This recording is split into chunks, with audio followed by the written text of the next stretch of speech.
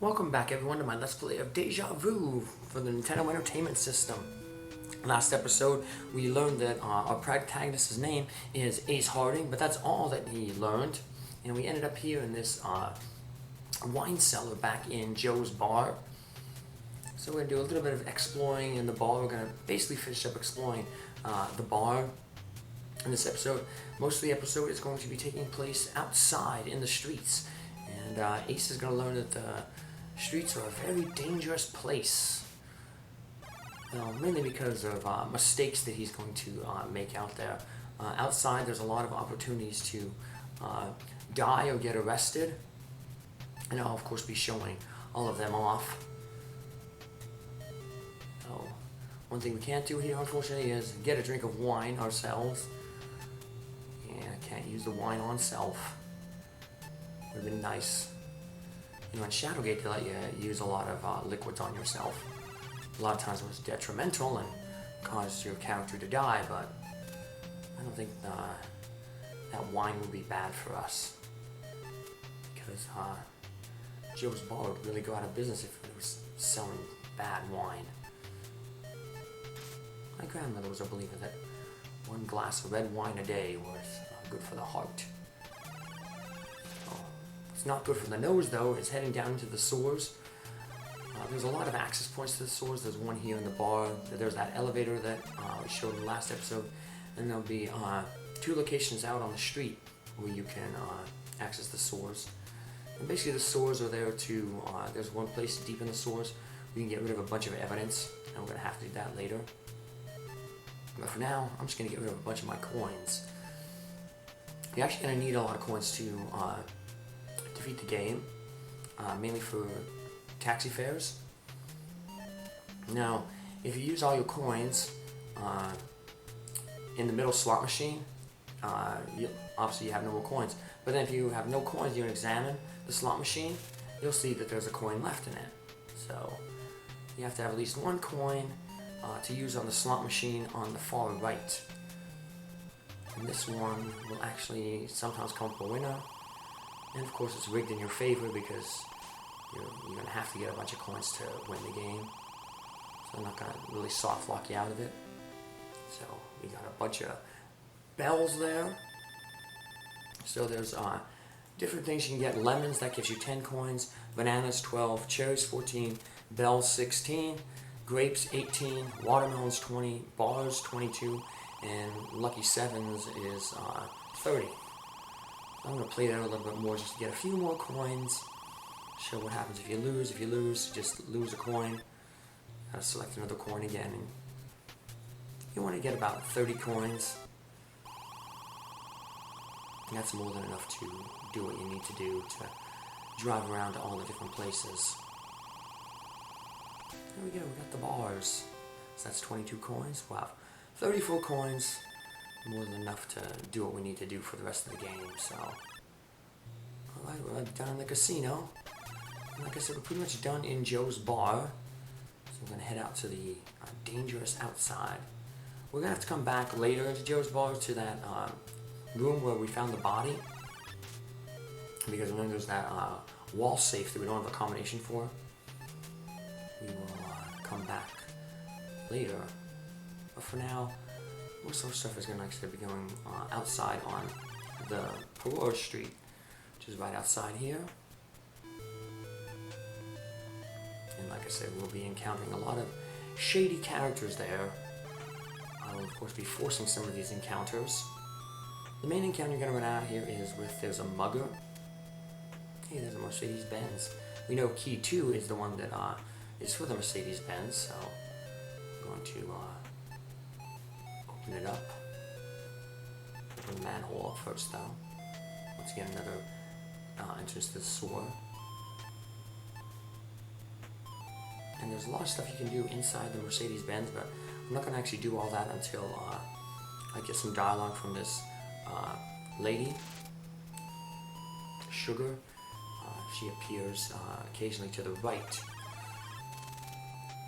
there's something here in the trunk. We're going to have to come back here later. Here's that mugger that I was talking about. There's a lot of things you can do here.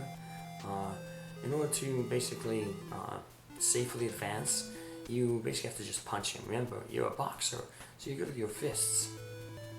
But like I said, there's several things you can do instead. Most of them result in a game over. So if you try to give him a coin, say he wants money, just give him a coin. He thinks that you're holding out on him and he pumps you full of lead. The funny thing is, if you give him the $20 bill, which I will show, he basically says like, thanks, you know, I fooled you, the gun wasn't even loaded. But as you can see there, obviously it was loaded. If you try to talk with him, well, he got an itchy trigger finger and he just takes you out. So maybe let's give him some of that money.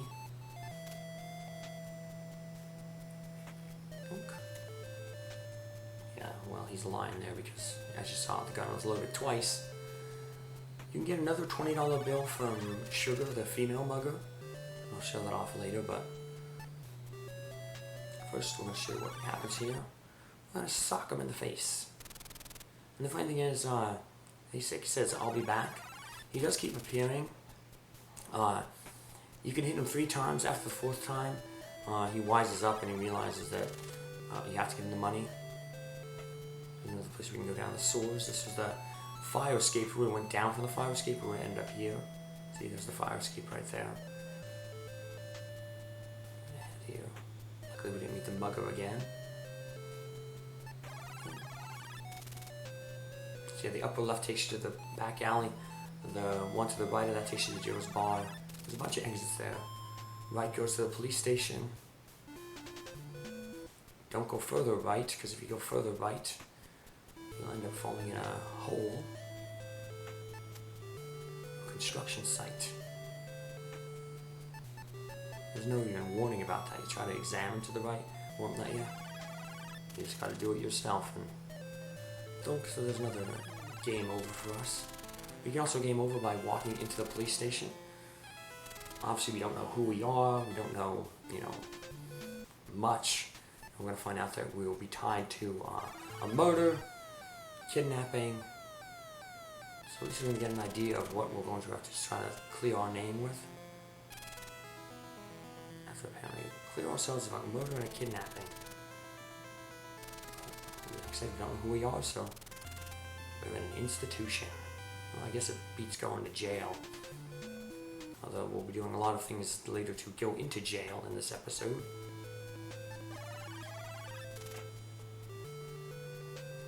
So the middle goes out to the sewer, right goes to the police station, left goes over to the newsstand.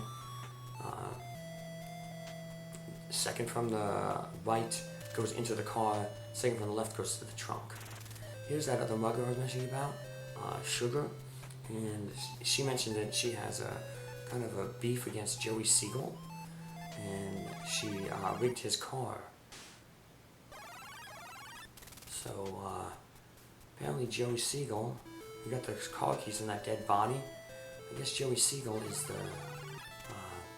guy who's dead in the office. Apparently Sugar doesn't like him, and she set a bomb in his car. Yeah, so if you do a lot of things in the car, it'll blow up, and I'll show them off, of course. So here's the lady, you punch her out, and you can root through her purse. This is where you can get your second $20 bill. You can also get another gun, gun 2. It uses the 38 bullets just like your gun does, but you don't need any of this stuff to beat the game, so apparently Ace has done enough already. He's not gonna rob this lady. He will be stupid though, and he will pull out his gun and shoot her while she's unconscious, which is worse than robbing her. Like I said, really dumb, because the cops are right next door. They're gonna come right out, hear the gunshot, and arrest us and sentence us to death. So yeah, we're just gonna leave Sugar. We won't take her advice though, and we will fool around inside the Mercedes-Benz and get 2 more deaths there. Surprisingly, you can shoot like all these people, but one thing they won't let you do is they won't let you shoot this newsboy. you try to use the gun on him, it says like you can't do that here. You can buy a coin off, newspaper off him for 1 coin. Just talk with him and then take the lower right coin, the lower right newspaper. And newspaper's pointless. Just basically gives you a time frame. Tells you that the Japanese bombed Pearl Harbor, so I guess it's December 8th, the day after Pearl Harbor was bombed. 1941 being the year brought us into World War II. On the Allied side, it's the Axis powers. Basically Germany, Italy, and Japan. So we'll get rid of this newspaper a little bit later. We'll throw it in a wastebasket. If you have your lighter out, you can burn it. But I didn't pull the lighter out of the coat. Here's a gun store. We can conveniently leave the newspaper in that wastebasket over there. And we will. Just to clear out inventory. Of course, we'll open up the wastebasket, see if there's anything in there. Nope. There's Pete's all-night gun place. We can go in there. In there you can buy more bullets. You can also buy gun number 3, which is a Luger. With a $20 bill. And there are 2 types of bullets. There's the 38 bullets. Those go for gun 1 and your gun. Gun 1, and can go into gun 2 if you take it off of sugar. And then the 9 mils on the left there, they go into the Luger. You don't have to buy any bullets, you don't have to buy the gun. You need 3 bullets to complete the game. So that's why I didn't want to shoot that alligator, because that used an extra bullet. Which means I'd have to buy another bullet here. But if you do shoot that alligator in the sword, you run into one, you can get more bullets in your office, especially when you come to your office. So, and you can't shoot or hit Pete, because he's quick on the draw. And you try to hurt him, he will pull out his shotgun and give you another death. So let's just get rid of that newspaper.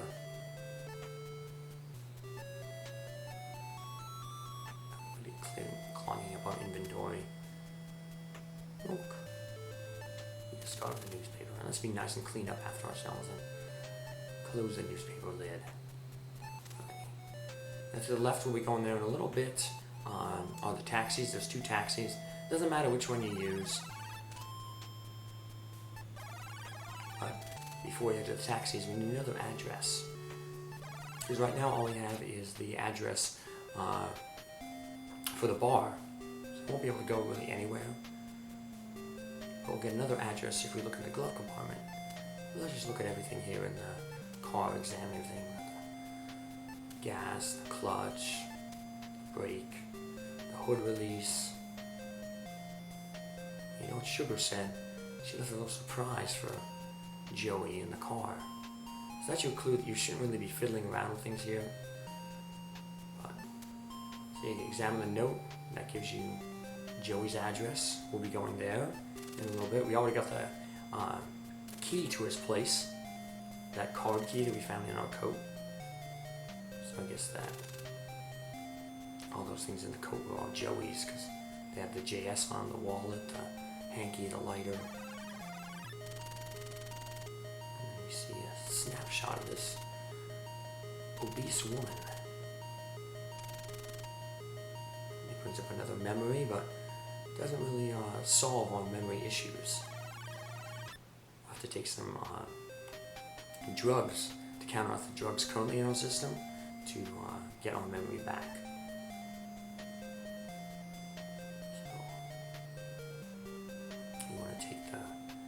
Map.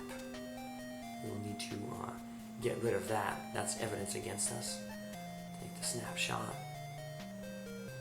And we'll just be nice and close the glove compartment. We want the car to appear nice and spotless for when it blows up. The 2 ways we can get it to blow up are 1, opening the hood up. That sets off the bomb. Loud kaboom. We just fell for the oldest trick in the book. We've been blown into little bits. And you can also have the car blow up by trying to start the car. So let's get key 2. Right above the hood there, that little yellow square, is the ignition. Turn the car on. Yeah, it looks like we won't be driving the car around. We're going to have to rely on the taxis to take us around the city. Which is why we got all those coins, basically at the beginning of the episode, to pay our fares. Of course, not paying your fares will lead you to being arrested. I'll of course show that off. I said I'm showing you off all the dumb things you can do out here on the street. Close Pete's door. These streets are dangerous. We don't want anyone going in and robbing Pete. Speaking of robber, hey look, the mugger's back again. As you can see, he's now sporting a black eye. His left eye there.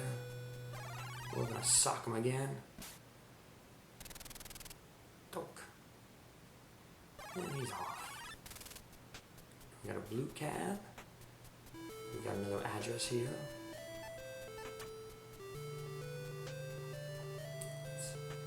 We also have a brown cab.